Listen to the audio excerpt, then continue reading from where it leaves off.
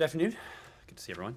I have a few things at the top. First, today I joined Secretary Blinken, Undersecretary Fernandez, and Senior Bureau official Matt Murray in congratulating the winners of the 2021 Secretary of State's Award for Corporate Excellence, or ACE. Earlier today, the Secretary announced this year's 6 ACE winners and 2 alternates, U.S. companies that exemplify American values and international best practices in their operations overseas. In the category of economic inclusion, this year's ACE winners were Purna for empowering survivors of trafficking and discrimination in Nepal, as well as MasterCard India for supporting and revamping India's first ever Rural Women's Chamber of Commerce. The Secretary also recognized alternate winner Whirlpool Slovakia for materially improving the lives of the Roma community. In the category of health security, the ACE winners were Zipline for its work developing delivery drones that have distributed 250,000 COVID-19 vaccine doses to remote areas of Ghana, as well as 3M Singapore for drastically ramping up production of N95 respirators to combat COVID-19. Finally, the Secretary honored 3 U.S. companies in the ACE Climate Innovation category. Australis Aquaculture has pioneered climate-smart ocean farming in Vietnam's marine tropics. Patagonia has advanced initiatives in Argentina to promote nature-based climate solutions. And alternate winner Aerosol has undertaken important research in Slovenia on measuring and combating black carbon. Congratulations from the department to all the 2021 ACE winners, which demonstrate a strong commitment to advancing key global priorities and improving the communities in which they operate. Also today, Secretary Blinken announced the second cohort of the State Department's International Anti-Corruption Champions. These 12 individuals have demonstrated leadership, courage, and impact in preventing, exposing, and combating corruption around the world. As we have witnessed too many times, corruption erodes public trust in government and democratic institutions, it deepens poverty and inequity, and it stifles opportunity and economic growth. That is why President Biden designated the fight against corruption as a core U.S. national security priority, and why addressing and combating corruption is a central theme of the Summit for Democracy. We recognize that in our interconnected global system, no country can effectively fight corruption alone. We are honored to work alongside anti-corruption champions like those recognized today to defeat corruption. And finally today, the State Department is pleased to announce the winners of the Citizen Diplomacy Action Fund Small Grants Competition. The CDAF is an annual grant opportunity for the U.S. government for U.S. government-sponsored or funded exchange program alumni teams from across the United States to apply the skills, knowledge, and networks they've gained through their exchange program experiences. The State Department is funding 47 U.S. alumni-led public service projects from over 23 states and territories, addressing challenges faced by communities in the United States and around the world. Winning projects include programs seeking to increase international exchanges at HBCUs, building community among underrepresented Hawaiian youth through art, and combating misinformation through a global virtual media literacy campaign. We look forward to sharing the progress of these alumni as they implement their innovative projects in cities and towns across the United States with international partners abroad and on digital platforms. You can follow our updates at hashtag CDAF on Twitter for updates. And with that, I would be happy to take your questions. Francesco. Thank you. I would like to start with Iran. The EU has announced that the 7th round, which started last week in Vienna, will resume tomorrow. Does that mean that Rob Malley is going back to Vienna and will be there from tomorrow? Is he waiting for 8th round? What are your expectations for the days ahead? Well, as you noted, Francesco, the European External Action Service has announced that the 7th round of talks will resume tomorrow in Vienna. We understand there will be a day of meetings before the heads of delegations need to attend other events. And so Special Envoy Malley and his interagency delegation will plan to join the talks over the weekend. Our priority, as we said, and what we've been focused on is less the temporal aspect, when the talks will resume, and more the substance, more the question of how the talks will resume. And it is still our contention that the talks need to resume with Iran returning to Vienna, prepared to negotiate in good faith, prepared to pick up from where the sixth round of talks left off, prepared to build on the progress, the significant progress in some areas that the P5+1 was able to achieve with Iran over the course of those 6 rounds. We have a good base from which to operate, and it is certainly our hope that Iran will return willing and able to operate from that base, to see to it, to test the proposition as to whether we can, in fact, achieve a mutual return to compliance with the JCPOA. Is that the last chance for Iran to prove they're willing to do that, or? Well, we've addressed this on a number of occasions. Yesterday, the Secretary spoke to this again. I believe the phraseology he used yesterday is the runway is getting very, very short for negotiations. Now, there is a difference between a short runway and a non-existent runway. We continue to believe that a mutual return to compliance with the JCPOA is possible. That is why we are returning for the next iteration of talks, the continuation of the 7th round in Vienna.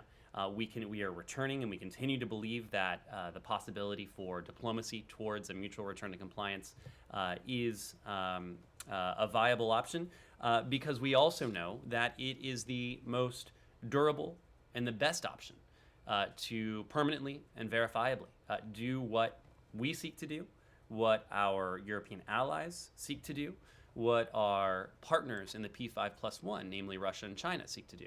And that is to verifiably and permanently prevent Iran from ever obtaining a nuclear weapon. So we are going to go back ready to negotiate, indirectly as it were, with Iran, to seek to build on that progress, to see to it if we can, in fact, achieve a mutual return to compliance, knowing that diplomacy towards that end is the best option for us. It's the best option for our P5+1 partners, and we certainly hope that Iran returns to Vienna recognizing recognizing what a mutual return to compliance would convey for the Iranian people as well. Laura. Have you gotten any indication, or has this department gotten any indication in the last week that Iran is prepared to return in a position that's closer to what the previous negotiations had yielded? Or is this more of a, we're going back to see what everybody decided at their capitals, and we don't really have any indication of which way the wind is going to blow at this point? Well, as I think you know, Laura, the Iranians have made quite clear their reluctance to engage directly with the United States. We've said on multiple occasions that there are a number of complications and challenges in the context of these talks in Vienna. One of them is the indirect nature of these talks. We do think they would be much more efficient and that we could achieve additional progress, perhaps on at a quicker pace, if we were able to engage in direct negotiations with the Iranians. But right now, that's not in the cards. So in Vienna and in other contexts, we are reliant on our partners in the P5+1 context, who do have direct conversations with their Iranian counterparts. Our European partners and others have in recent days read out their conversations with senior Iranian counterparts. Those discussions are ongoing. I wouldn't want to characterize what we've heard, what they've conveyed to us, what they may be hearing from the Iranians or not. But again, we continue to believe that the door to a mutual return to compliance with the JCPOA remains open. We will continue to negotiate as long as we think that's the case, and as long as we think that a return to the JCPOA conveys advantages over the alternatives. And right now, we think it does. The way Rob Malley puts this, it is not so much a temporal clock. It's not a clock as you might think of it. It's also a technological clock. It's based on the advancements that Iran is very clearly making in its nuclear program, and Iran has made no secret of some of what it is doing or what it seeks to do. And so we are watching that very closely. We know our European partners are watching that very closely. We know Russia and China are watching that very closely. And we know the IAEA is watching that very closely. So as we take into account all of these inputs, what we're hearing from our allies and partners, what we are hearing from the IAEA, what we are seeing ourselves, what the Iranians are saying, what the Iranians are doing. These are all factoring into our calculus when it comes to the posture we take vis-a-vis Vienna, and ultimately the posture we take vis-a-vis the Iranian nuclear program. Yeah, I wasn't trying to imply that there was a direct negotiation between the United Sure. States and Iran. I was just more interested in whether, as Rob and his team heads back to Vienna, whether they have any indication, maybe from allies, maybe from other P5 members, as to whether the ball might actually move forward, or if this is just they're going in blind. Look, we said this in advance of the 7th round, and I think it's true in advance of the 7.5, Yeah. that we should know in pretty short order if the Iranians are going and returning to negotiate in good faith. So I don't think you will see a long lag between the resumption of this round and when the United States and our allies and partners are in a position to judge whether the Iranians have returned in a position and with a willingness to engage in substantive negotiations. Yes, Stephanie? An estimate of how long these talks will last this round? I don't, and I don't for a couple reasons, but primarily it will be a function of what we see and what we hear from the Iranians. The last phase of round 7 was quite quick, and it was quite quick because it was clear to us, it was clear to our European allies, it was clear to the EU, it was clear to Russia and China that Iran had not come with the seriousness of purpose. And what we will be looking for as soon as these talks resume, and again, there are going to be some preliminary elements, and our team's going to return over the weekend, what we will be looking for is that seriousness of purpose. And it's not the sort of thing that will take weeks to judge. We will know in pretty short order whether the Iranians have returned with a different mindset, with a different approach. Yes? Don't you already know that? No, because they haven't returned. Well, yeah, but they did return, they came back. And- You decided they weren't serious, and now you're giving them one more chance to be serious? We are giving diplomacy towards a mutual return to compliance another chance because it's in our interests. It remains in our interest above all the other alternatives to seek a mutual return to compliance with the JCPOA. But Matt, I mean, to your point, it will not always be in our interest to seek a return to the JCPOA. Eventually, we may conclude that either the Iranians aren't serious and won't be serious going forward, or the technological clock will have run out. And the advancements that the Iranians are making no bones about making will outweigh the advantages that a mutual return to compliance with the JCPOA would convey. Yes? You mentioned 7.5 round of talks. Is that an official term? I think I just made that up. Okay. But we can quote you. Also, can you preview anything ahead of Secretary Blinken's meeting with Israeli Defense Minister Benny Gantz tomorrow? Is that all about Iran, mostly about Iran? And the timing of that, I assume, is not anything to do with the talks beginning again. Well, as you know, Benny Gantz, Defense Minister Gantz, is not Secretary Blinken's direct counterpart, and so the Defense Minister Gantz will also be meeting with his direct counterparts at the Pentagon, and I think you'll hear more from the Pentagon about those discussions. But clearly, every opportunity we have to meet with senior Israeli officials and important figures in the Israeli political system is one we're seeking to take advantage of. There is a lot on the bilateral agenda. There's a lot on the regional agenda. And so I fully expect regional security issues, including what we're seeing with Iran, and as we've said before, the alternatives that we might be forced to pursue if Iran shows to our allies and partners that it's not willing to return in a substantive, a genuine, constructive way to Vienna. I imagine, too, those alternatives will be a topic of discussion with Defense Minister Gantz. Yes? Russia. Sure. So President Biden said earlier today that he hoped to announce that there will be meetings between the U.S., quote, at least 4 major NATO allies and Russia to discuss the future of Russia's concerns relative to NATO writ large and whether they can work out accommodations when it comes to bringing down the temperature on the Eastern Front. What is the State Department's involvement in those meetings? Who are the four major NATO allies? And is the U.S. prepared to make concessions to Russia on NATO? And what do you say to criticism that legitimizes Russia's position on NATO? Well, the president, as you heard earlier this morning, did say we would have more to say, the administration would have more to say later this week. So I don't want to get ahead of where we are, but let me make a few general points. You've heard from the president in his public statements. You've heard from the National Security Advisor.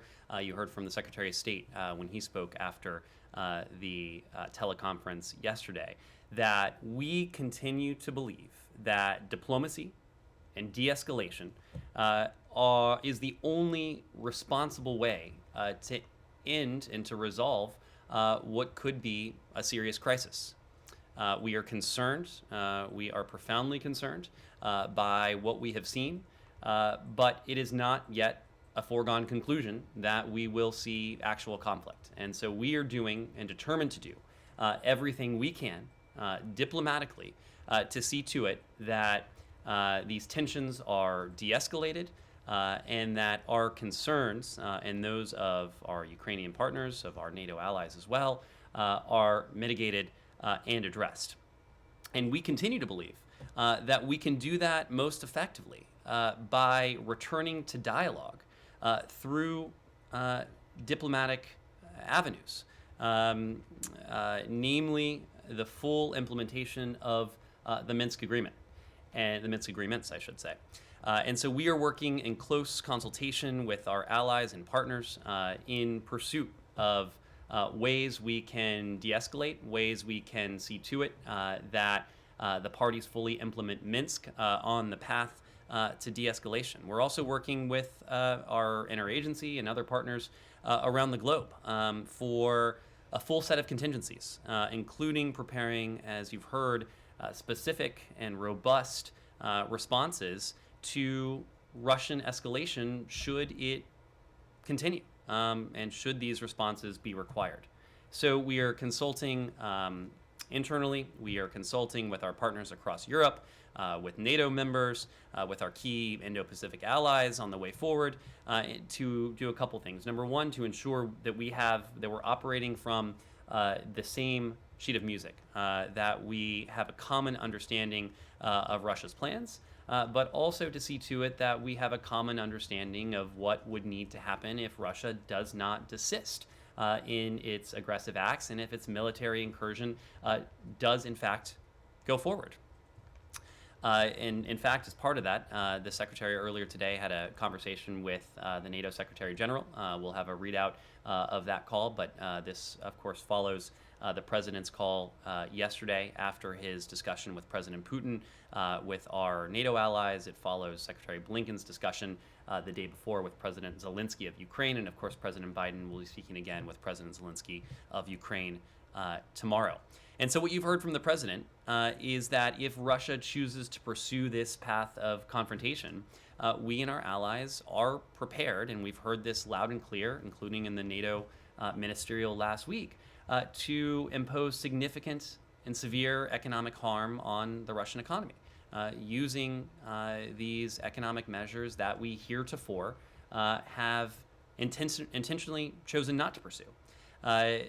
That includes those strong economic measures, but you also heard from Jake Sullivan yesterday. It also includes additional defensive material to Ukraine, of course, above and beyond what we are already providing to our partners in Kyiv, as well as fortifying our NATO allies on the eastern flank with additional capabilities in response to any military incursion.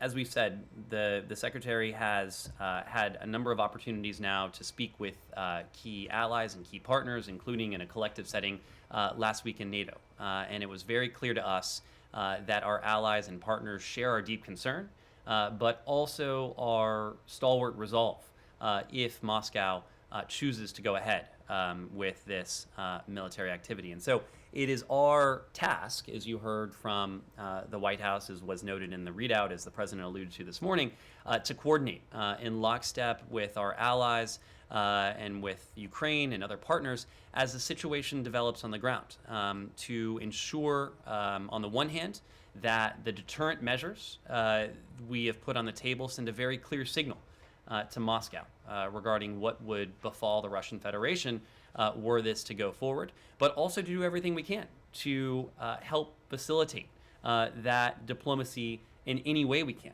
And chiefly that diplomacy in the form of full implementation of the Minsk agreements.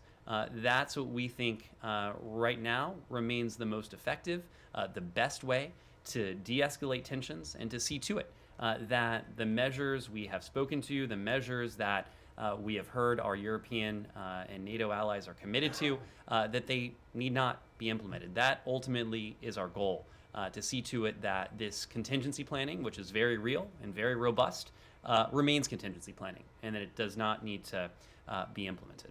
Your comment, though, on the If you keep talking, you might actually break a filibuster record from the Senate floor.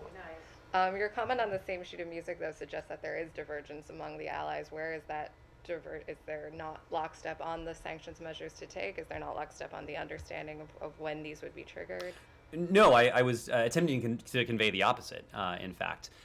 We went to the NATO ministerial last week as part of the latest iteration of this department's efforts to ensure that our NATO allies, Ukraine and others, were on the same page in terms of the information and intelligence that we have on the military buildup, but also to preview and to ensure that there was broad consensus about the need for these high-impact economic measures that we are very clearly willing and able to implement.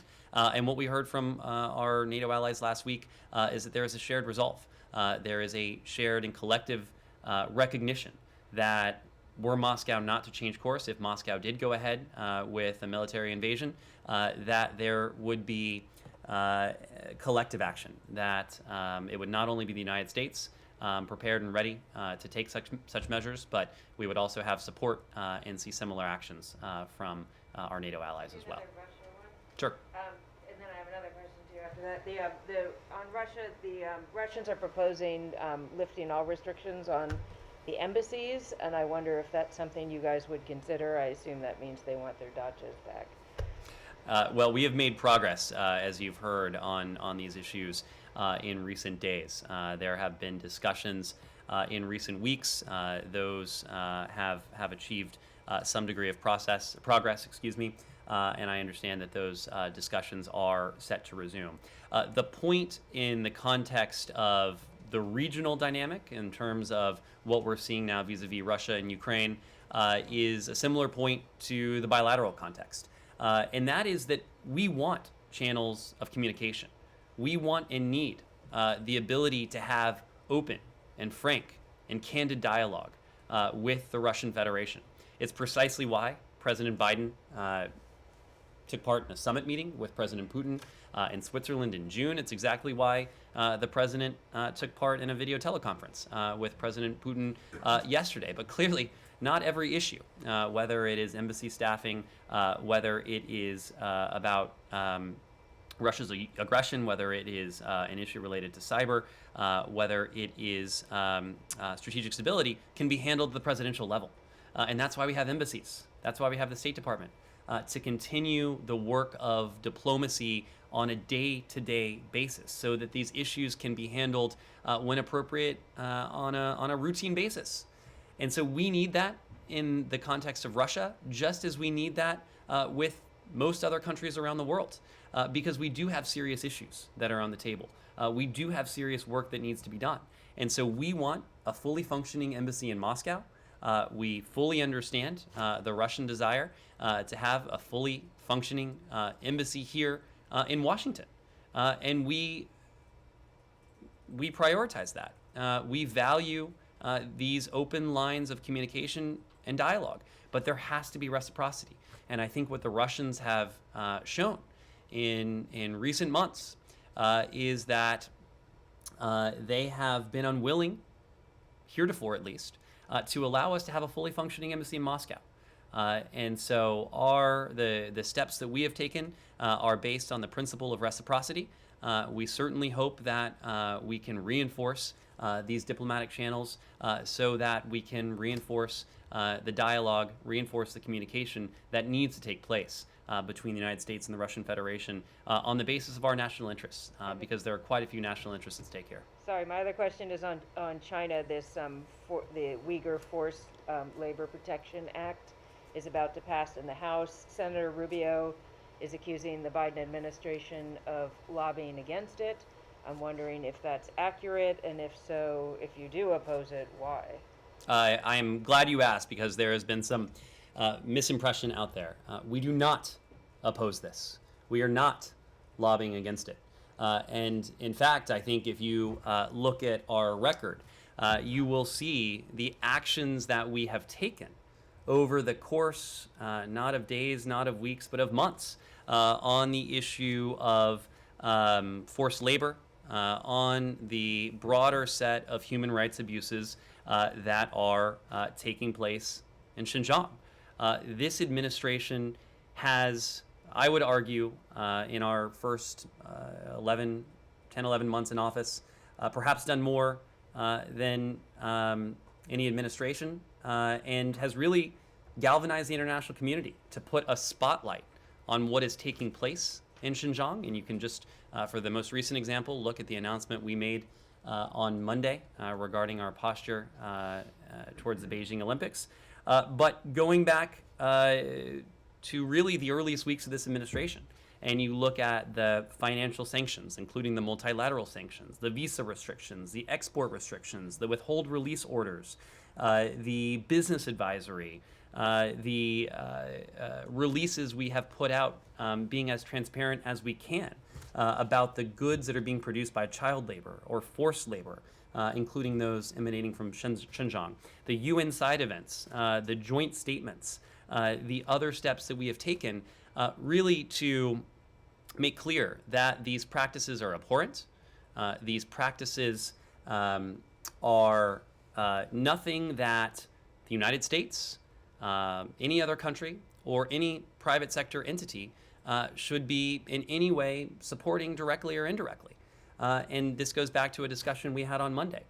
We continue to use the tools available to us as a government to send that signal very clearly, to hold to account those who are responsible for these abuses, but also to provide other elements of society, including the private sector, with the information that they need so that they do not, even unwittingly, support directly or indirectly in any way the practices that are ongoing in Xinjiang, including those with regard to forced labor. These are, when we, in the context of American companies, these are good American companies. They have no intention and no desire, certainly, to in any way contribute to this. And so it is in large part our charge to put out as much information as we can, to shine a spotlight as bright as we can on what is taking place there. And so no, we certainly don't oppose this legislation, and we look forward to working with Congress on additional ways that we can shine a spotlight, hold to account those responsible, and put an end to these reprehensible practices. So just to put a fine point on it, there's nothing in this legislation that you disagree with or that you would like changed? We don't oppose it. You have no issue with any part of it? We do not oppose this legislation. No, yeah, I know, generally, but is there any specific element of it that you would like to see changed? Or are you okay with, if it passed as written right now, you're fine with it? We do not and are not opposing it. I understand it hasn't passed because of issues that are internal to the Congress. Okay, but the administration doesn't have any issue with any part of the bill. We do not oppose this legislation. That's different, Ned, than what I'm asking you. Matt, I'm You telling can, you, I'm can telling say, you. you can say we don't oppose this legislation, but we would like a waiver authority in it that would allow us to exempt anything that we want from it. Matt, I'm and telling you, would there it would still be accurate there- to say that you don't oppose there the is legislation. nothing- there is nothing- nothing in the there- legislation there- as it is written now that you would disagree there with. is nothing in this legislation that would cause us to oppose Okay, it. all right, thank you. Thank you. I wanted to ask you about the. Sorry, was there a follow-up? Sorry. Sure. Just real quickly, since the U.S. announcement of a diplomatic boycott, Australia, the U.K., and Canada have also made announcements. Could I just get your reaction to that? And I know, just separately, I know previously you said it's up, it's the sovereign decision of each nation whether they do a diplomatic boycott or not. But on other issues, you've talked about how actions are more impactful or statements are more impactful when other countries join the U.S. So are you hopeful that you'll see more countries also announce boycotts? Well, certainly we've noted other countries that have announced similar approaches to the Beijing Olympics. What we have said all along, and you captured the sentiment, is that these are sovereign decisions, and we made our decision based on the human rights abuses, the atrocities, crimes against humanity, the ongoing genocide in Xinjiang. We have heard similar statements emanate from several close allies, but as we have said for months now, what we have been doing and what we did going into Monday when we made our announcement is work closely with allies and partners around the world to establish a shared set of concerns. And so there has been and there was a good deal of activity on that front. And I think I will leave it to certain governments to speak to why they took the steps they've taken, or as additional governments announce their positions, why they are taking those. But separate and apart from any decisions that countries announce regarding their approach to the Beijing Olympics, we have seen a tremendous amount of convergence, global convergence, regarding what is going on in Xinjiang and the concerns that the global community has. You need only look at the communique that was issued from the G7 Leaders Summit in the UK earlier this year to note the really strong language. I think it's paragraph 54 that talks about the concerns that are concerns that are shared by some of our closest allies in that context. There have been other multilateral settings where countries around the world have come together to condemn these abuses, crimes against humanity, these atrocities, the ongoing genocide in Xinjiang. And much of that is a result of the work that the United States has done again to shine a spotlight, to hold to account, to make sure that we're all operating from the same set of information. And just quick follow-up. We've seen athletes, whether it's through social media or through interviews, make political statements in the past. Do you have any concerns if a U.S. athlete at the Olympic Games makes some kind of gesture or makes some kind of statement that their safety or security could be in jeopardy by, or some kind of retaliation by the Chinese government while they're in Beijing? Well, a couple things on that. Freedom of expression, the ability of individuals to voice their opinions, whether they are shared by the host government or not, that is something that is universal. That is a principle that should apply equally in the PRC as it does in the United States. And so we will be looking to PRC authorities to afford the same level of protection, to treat our athletes with the same level of dignity and respect that all other athletes are accorded at the Beijing Olympics. As we discussed the other day, we also will have a fully functioning embassy on the ground, and we will have personnel who, as we always do in major events and as we always do around the world, to support our athletes, to provide the essential American citizen services that any American can expect wherever we do have a diplomatic relationship. And so, of course, that will be the case. But freedom of expression and the expectation that governments around the world, including the PRC in the context of the upcoming Olympics respect that. That is something that not only we subscribe to, but also our allies and partners do as well. Quick follow-up. Are you seeking or do you expect a common stance on this at the G7 next week in Liverpool?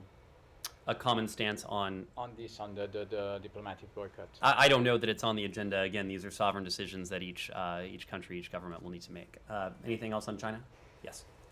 Thanks. Yeah, back to the corporate sponsors for a second. I understand your point that you've given the companies all the information they need, and your point I think you made a couple days ago that it's not the government's job necessarily to tell the companies what to do. So I'm just wondering if the U.S.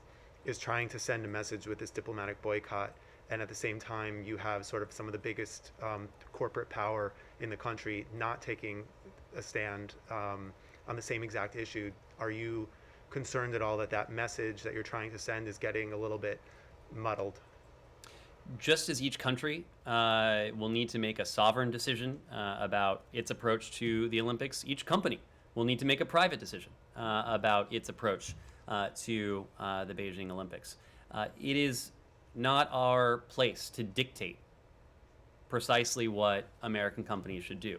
It is our place to ensure that American companies and multinational companies and others have at their fingertips a full set of information, have the full facts and a complete accounting as to what is transpiring in Xinjiang and the concerns that we have.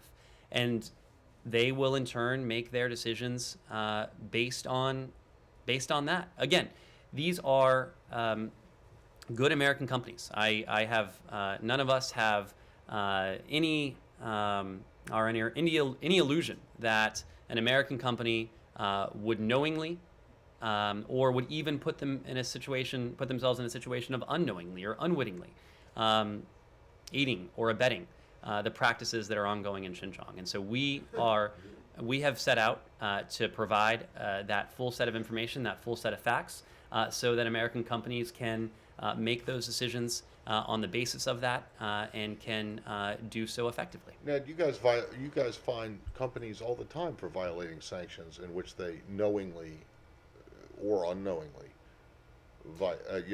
contribute to conditions such as what's going on there. It's not true that it's not your place to dictate what American companies can do. You do it all the time. The question was put. If I'm company X, can I go do business in North Korea right now? No. Can I do business in Iran right now? No. It's simply not true that you don't ever tell private companies what they can and can't do. There are cases, of course, Matt, that are in extremis. Those are cases that are in extremis. Well, some people would argue that what's going on in Xinjiang is in extremis, right? And we have taken extraordinary steps since the earliest days of this administration to hold to account. I'm not criticizing what you're doing. I'm just saying that that it doesn't make any sense for you to say that you can't, or never have, or never will tell private companies where they can do business or not, because you do it all the time. Matt, I was speaking specifically in this context, and the question was put to me in that context. Yes. Love it. I wanted to ask you about the helicopter crash in Tamil Nadu in which the Chief of Defense Staff was killed. Do you have anything on that? And are you offering any kind of assistance in the investigations to the Indian government? I do, and I believe the Secretary has spoken to this. I believe you have or soon will hear from the Deputy Secretary as well. But we are deeply saddened to hear of the death of Indian Chief of Defense Staff General Bipin Rawat, his wife, and 11 others in a tragic helicopter crash in India today. General Rawat was a valued partner. He was a strong proponent of the U.S.-India Defense Partnership. He helped to deepen the strategic partnership between our two countries. He was pivotal to that relationship, and that's why our thoughts go out to the General's family, to the families of all those on board this flight, and of course the people of India on the loss that they have suffered today. So Secretary has spoken to his counterpart in India? As soon as we have a call to read out, we will. I know there have been a number of conversations at different levels, but if we have a call to read out, we will do that. Yes. The WFP has suspended food distributions in Ethiopia's Kombolcha and Dessie after looting of supplies, reportedly by elements of Tigrayan forces that staff was unable to stop due to intimidation, including being held at gunpoint. And 3 WFP trucks were also commandeered this week. Do you have a reaction to that? And these incidents have happened despite repeated calls from the U.S. for humanitarian aid to be allowed to flow. At what point do you take punitive action? And then just as an aside, do you have any travel for Special Envoy Feltman to preview?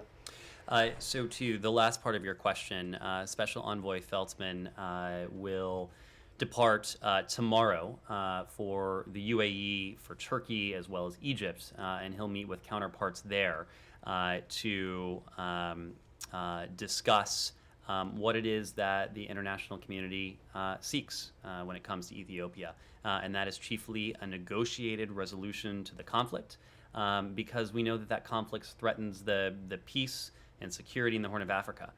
We've said before that there's no military solution to the conflict in Ethiopia. Our goal in all of this, and this is the goal that Special Envoy Feltman is leaving to pursue, is to support diplomacy as the first, last, and the only option to achieve a cessation of hostilities, as the only option to end the human rights abuses that have been ongoing, and to engage the parties so that they in turn engage in negotiations without preconditions, and importantly, to